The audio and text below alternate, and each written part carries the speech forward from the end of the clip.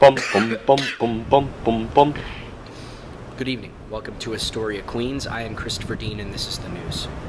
A 12-year-old girl from Arkansas has been diagnosed with a rare brain-eating amoeba. Doctors fear if the amoeba persists, the damage could be so severe that she'll end up with the intelligence of an average Arkansan. Scientists have recently found a way to turn human waste into usable energy, much to the chagrin of fictional scientist Dr. Joseph Heider, who has been attempting the same thing over the course of 3 installments of the Human Centipede. A new study by lingerie retailer Intimacy was quite revealing. The average American breast size has gone from 34B to 34DD in less than 20 years.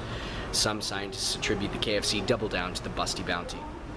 Businessman and stockbroker Mark Houghton admitted to attempting to scam the Broadway producers of the Broadway show Rebecca the Musical.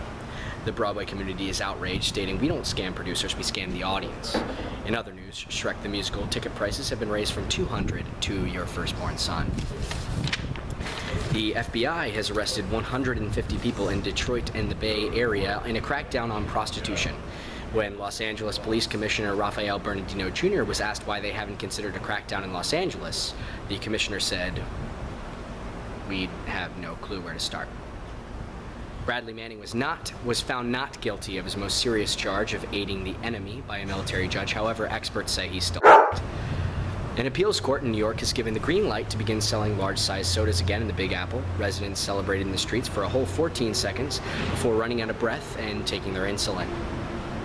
A jewel thief was able to make off with $136 million, one of the largest single hauls in history.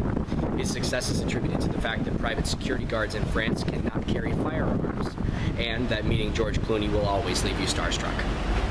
The Duke and Duchess, William and Kate, have finally named the heir to the British throne George Alexander Louis, or Louis, consequently giving him the initials Gal, which will certainly make for an interesting adolescence.